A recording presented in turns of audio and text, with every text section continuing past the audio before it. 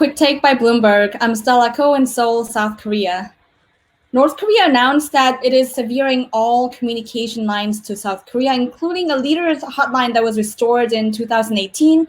And the North Korea state media said the move came after hostile acts against the country. And that's referring to those anti-Kim Jong Un balloons that activists and defectors fly across the border from South Korea. John Herskovitz, Bloomberg's East Asia government editor based in Tokyo, is joining me right now to discuss inter-Korean relationship that seems to be ever-changing. Hi, John. Hi, Stella. Thanks for joining us today. So what does this mean? The North Korean state media said that this measure is the first step of the determination to completely shut down all contact means with South Korea and get rid of unnecessary things. The move just is designed to put pressure on South Korea's President Moon Jae-in and also to reassert North Korea into the global situation, which has been overwhelmed by talk of COVID, the Black Lives Matter protests in the United States. And North Korea is trying to get Moon to help pressure Trump. It's looking to raise its hand again after it's kind of dropped off the international stage for a bit. So it's I think and also there are a number of domestic considerations at play for North Korea. It's the virus itself has caused a decline in trade because North Korea shut its borders in January to prevent infections from spilling over. It had the global concern about the health of its leader Kim Jong Un, who disappeared for a few weeks, and it's looking to show that it's looking towards its domestic politics to show that that its leaders are strong, and it's using this issue. It's a good issue for North Korea because in North Korea's domestic politics, what they're doing is they're saying that South Korea reneged on its agreement, that North Korea has maintained this 2018 agreement that for cooperation on the military at the borders, and they're also saying that these balloons that carry the anti-North Korean leaflets are an attack on the dignity of the state and its leaders. Both of these play well with domestic audiences, and the fact that Moon doesn't look like he's going to do any specific sort of retaliation for this, it's a low-risk, decent reward play by North Korea to cut off these communication links.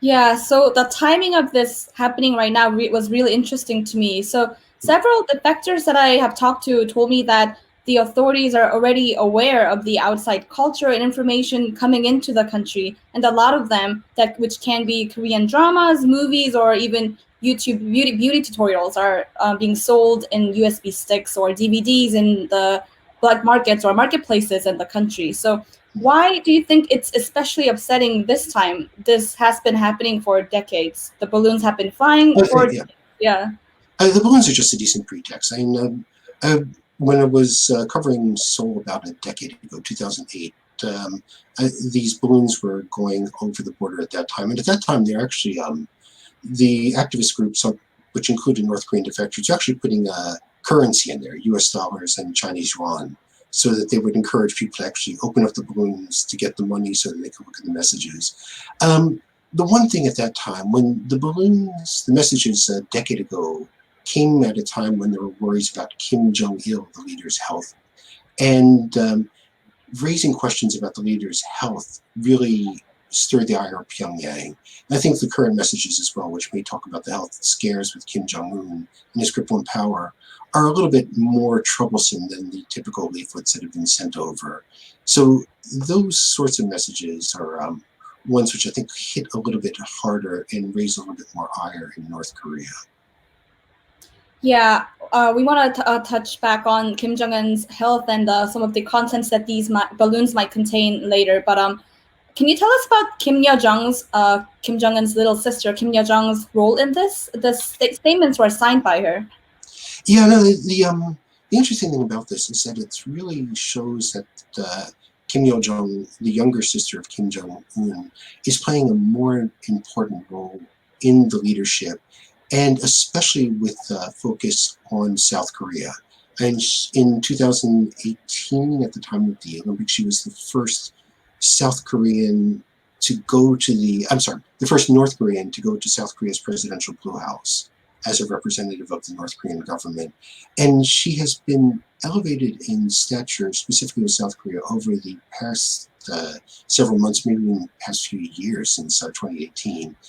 The one thing is that Kim Jong Un has shown that he's really not all that keen to rivals. And there's the accusations that he had his half-brother murdered who was living in Macau, who may have been a potential rival to the leadership of North Korea. And the fact that Kim Yo Jong, the younger sister's stature was elevated during Kim Jong Un's health scare shows that Kim Jong Un at this point doesn't see her as a real threat to take over the leadership, but more as a trusted ally. And these prominent positions are increasing her stature in North Korea. The other thing is that Kim Jong Un is relatively young. He's supposed to have children. We don't know if he actually officially does have children or not, but if he does, they're far too young to take over. So if there are any questions of succession, which the questions were raised when Kim Jong Un's health scare came up, she has been front and center as a possibility to take over in case something does happen to her brother. John, sorry, I was having trouble hearing you earlier. Do you mind repeating what you were saying, just the last part? The thing is, in terms of succession, it's thought that Kim Jong Un has children, but they're far too young to take over or be groomed for leadership. And Kim Yo Jong has moved to the forefront in terms of succession, especially with the health scare to her brother the reported health scare to her brother about a month ago. And the fact that she's keeping an elevated position shows that there's a matter of a bond of trust between these two, that even though she's been mentioned as a possible leader, she isn't suffering the same fate as Kim Jong Un's half-brother, who was suspected of being murdered by the regime. And it goes back to the father of Kim Jong Un, Kim Jong Il, who also moved against rivals who potentially could have taken over and been successors to the state founder. That's right. And if you are joining us right now, you're watching Quick Take by Bloomberg. John, so how important are these balloons? What do they contain? The balloons usually contain messages just talking about North Korea's leadership, quite critical of them. And they're sent by anti-North Korean activists, often North Korean defectors who have a grudge to bear against the state. They can talk about anything from health, about corruption, about the difficulties the problems that North Korea is facing. And the thing is, North Korea it's a sealed country. It does all that it can to keep outside influences from infiltrating, and any criticism of its leaders it takes quite seriously, especially any criticism that questions the authority of its leaders over the state. So the balloons have been going. They've been a point of friction between the two Koreas for years and years, and they've been flying for a long time. But the recent batch, North Korea has used as a pretext to show that it sees South Korea as in violation of the 2018 military agreement. And they've come at a time when North Korea feels that they can use them politically to put pressure on South Korean President Moon. I see. Couple of years ago, I actually joined a group of defectors who are making care packages filled with these leaflets, rice, food, anti-parasitic, like you said, US dollar bills, and these USB sticks that were filled with outside information, including those targeting the regime and revealing the truth about what is going on in South Korea and elsewhere. And they were very determined and adamant to send them to awaken North Korean people's mind despite pushback from local communities. So once they go in, these leaflets or USB sticks or balloons, when a regular citizen in North Korea grabs hold of them, what effect do they have on them? What do they do? Yeah, I think the North Korean citizens are aware of what's going on in South Korea. And the dramas are available. They're on the black market. And for the politics, I think any mention of politics in North Korea is such a difficult subject. And it can lead to political prison that if you mention what's mentioned in the leaflet to anyone in North Korea, there could be repercussions for you. So I think if people hold any thoughts or take any thoughts with them, they're not unlikely to repeat them to others because the risk to them are quite high. And when it comes to these dramas from South Korea, they've been on the black market in North Korea for years and years. In fact, when then President Roh Moo-hyun visited North Korea maybe more than a decade ago, he actually brought South Korean dramas with him for then leader Kim Jong Un. The thing is, North Korea's propaganda has tried. It no longer says that it's the more prosperous state between the two.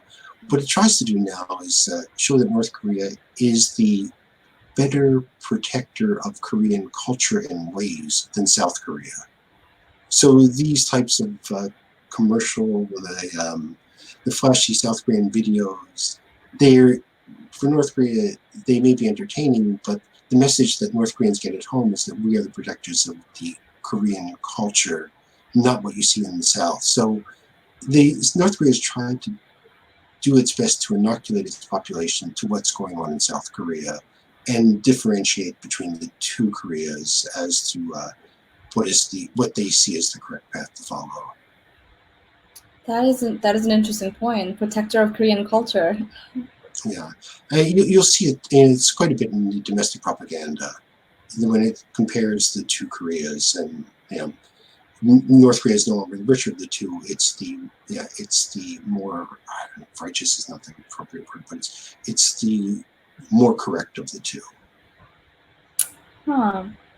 So, John, what can we expect next? Do we expect this level of hostility between North and South Korea to continue or go down? I think it's just the level of hostility is likely to increase for some. There's no merit for North Korea to repair relations with South Korea. And the more pressure it puts on Moon, the more chance that it can get economic ties restarted, and that it can put pressure on Moon to seek sanctions waivers from the U.S. needed to restore economic ties. If it doesn't get these things, there's virtually no trade and virtually no humanitarian assistance. So it's not like North Korea has a lot to lose, but it does have something to gain if it can change the policies of Moon, who is his political fortunes are quite good now. His party won a supermajority in parliamentary elections in April. His progressive Democrats are looking at measures to improve ties with North Korea. So I think they're trying to capitalize on the momentum that Moon has now to see if they can get some things restarted. And if they don't get restarted, it's not like they're losing out on anything because there's very little going on now. Thank you so much for sharing your insight today, John. And thank you guys for watching. Make sure you guys subscribe on YouTube and follow us on Twitter and Facebook. Bye for now. Bye.